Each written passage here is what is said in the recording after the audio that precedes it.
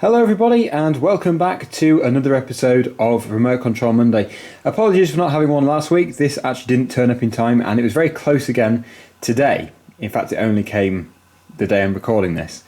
So now we've got it. It is a Joskin trailer which is Siku control 1 in 32 and it does have some remote control features to it. It does tip. And I'm not sure if it has lights or not. We're going to have to find out. I would assume it does have rear lights and indicators. So we're going to get it unboxed and then I'm going to do a time lapse of loading it up with some silage. So the lid just pulls off and yeah, I think this just lifts out like all the others to reveal inside the operator's manual, some instructions. We always do have a look at that. And also, this is the trailer itself, which we'll remove from the box. I think yeah, it splits like that for easy removal. Now I've actually had one of these before, exactly the same as this. I say exactly the same, but maybe not quite the same, because it was one of the early models and you had to have a separate battery inside, and it would actually go just here. With this one, you don't need a separate battery. Much better. It actually powered off the tractor and it will work off any Siku control tractor you've got. So yeah, this is the trailer. We'll do a bit of a close-up. So here is the side. And the cable which attaches to the tractor used to be a separate cable, but because this doesn't require the individual battery, it's actually wired straight into the side. So it does stay with the trailer at all times. So here is the back of the trailer. It does have lights and it also has the indicators on either side, including a hitch as well, so you can tow another trailer if you wanted to. And the other side very similar, but this side does not have the wire going into it. And at the front as well, let's have a look here, you've also got the adjustable stand for the trailer, so when you haven't got it attached to a tractor, you can actually adjust the height you want it to sit at. So let's back up to the trailer and attach it. Because this Fendt is a low spec model, it doesn't actually have an electronic hitch, so you can't do it with the controller. The John Deere, however, does have an electronic hitch.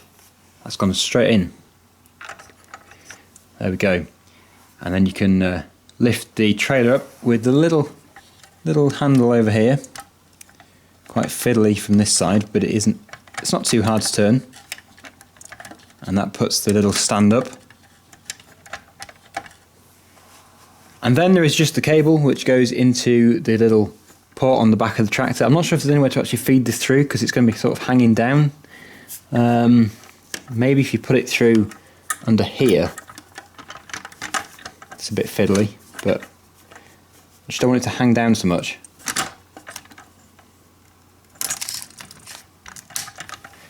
There we go.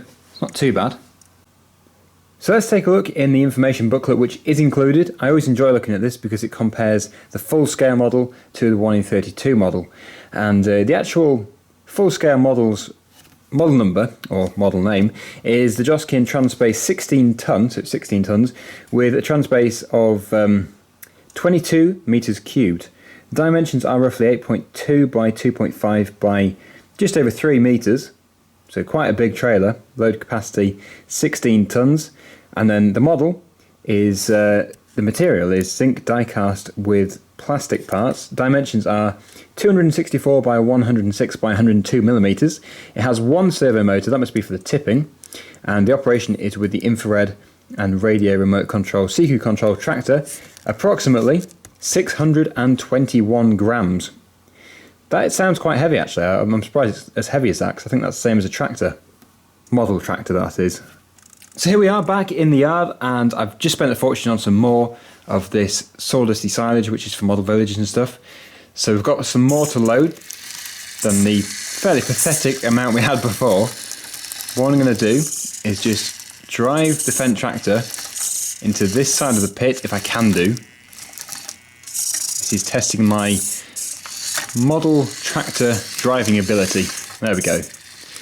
I'm just going to reverse a bit, probably to about there, I'm quite interested to see this tip actually. Let's see if I can find the control on the controller.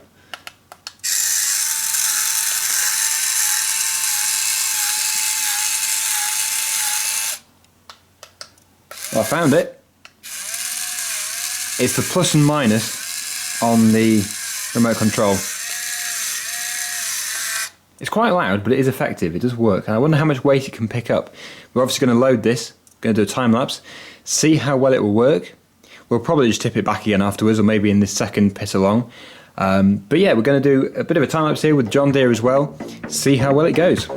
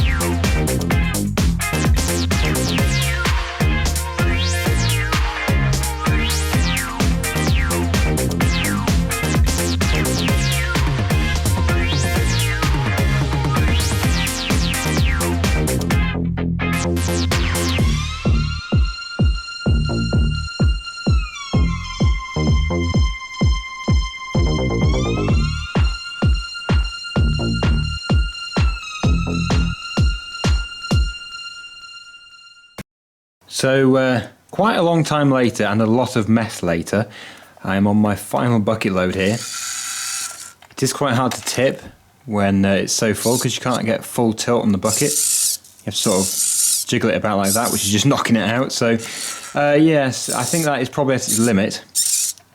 Just try and neaten it up a bit. So yeah, apologies for the fairly terrible driving there. It is quite tricky though with this model. It is a hard thing to use.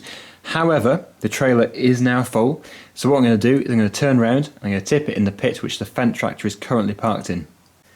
Now this might be hard because I'm actually doing this on a table and there isn't really much space between the edge of the trailer and the side of the table, so reversing this into here might be challenging. Although this Fendt tractor is quite good at turning.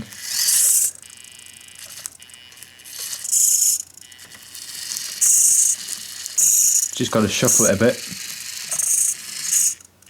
To be honest, the tractor seems to be pulling it and pushing it quite well.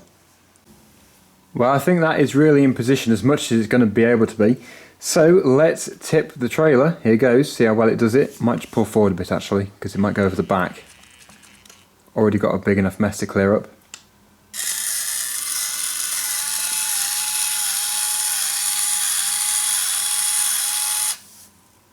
Oh no! It's got stuck. We'll try and shunt the trailer. No, that's not going to work.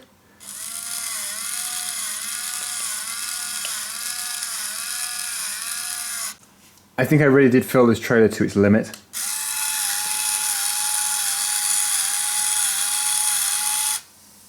That's better.